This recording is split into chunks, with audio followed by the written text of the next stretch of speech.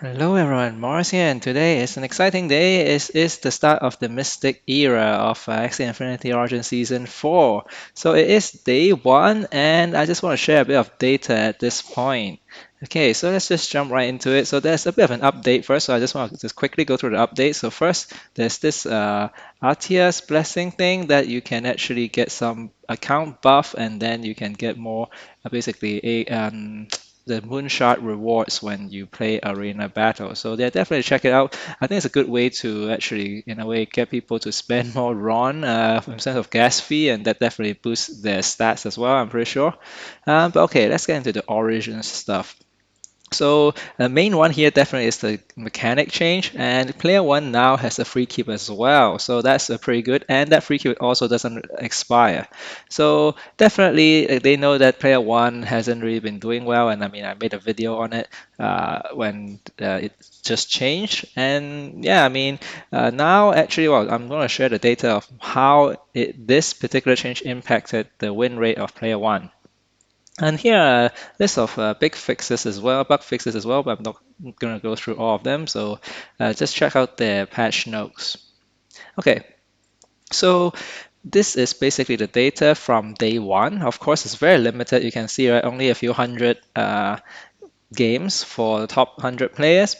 So I'm just going to focus on maybe the top 1,000, which has maybe about 10,000 games, and that's more representative. And you can see that it definitely, player one is like the win rate is inching towards 50%, still not quite there, about 45%, but it is definitely making some headway or some progress into 50-50.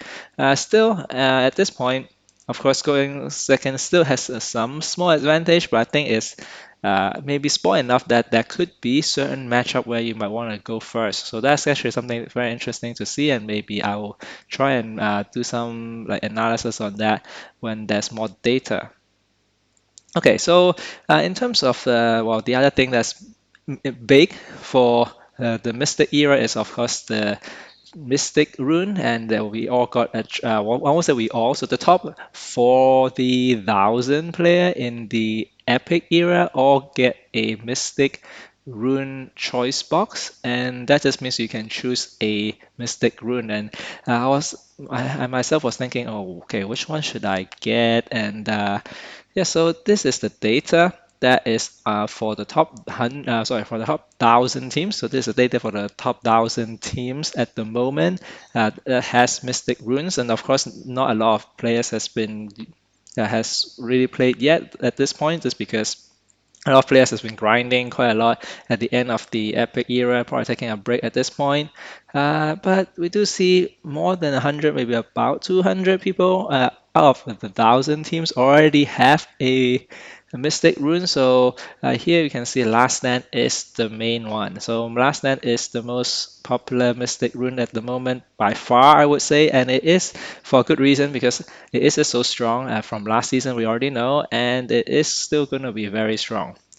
Paralyzing glare also is actually very interesting because that just means that a lot of people playing poison. I assume right is probably only good in poison. But yeah, it's good to see that there are quite a lot of I assume poison players who just basically go for this instead of last stand.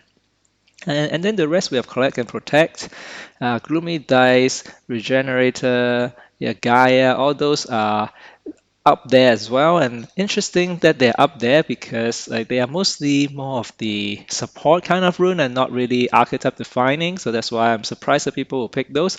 Perhaps they are lucky to just be able to craft them and then just put it on there as well, but I'm not sure yeah, that many people will actually pick them as their first choice. Shield backup on the other hand is a different story. I think shield backup is very good for sustain, so that's why I think shield backup definitely is an archetype defining one. And then the other ones are Endless Anger, Heart of Ocean. So those two, I'm surprised that they are quite low in usage at the moment, but perhaps it's just not there yet because Last Stand is still probably the priority at this point because most archetype probably would want to run Last Stand, and so that's why Most people probably would think that last stand, the price of last stand is probably going to be highest, and that's why I might as well just use the choice box for that.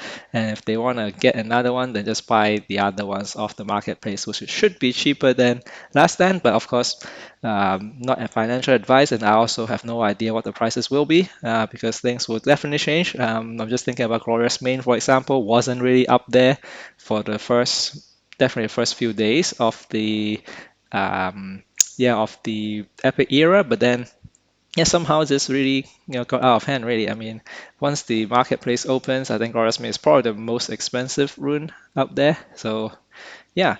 Okay, so just gonna scroll through very quickly. The top 500 is basically very similar, but it's just the data is a bit less. So that's why I chose to focus on the top 500, sorry, 1,000 as opposed to these ones. But pretty similar in terms of the story. Last Stand, Paralyzing Glare, Endless Anger, Clan Protect. So I think that's the thing, right? So for the top 100, there's only really a few. So that's why I'm not going to focus on this. Okay, so that is pretty much it in terms of this very quick update for day one. So best of luck in the arena, and I'll see you in the next video.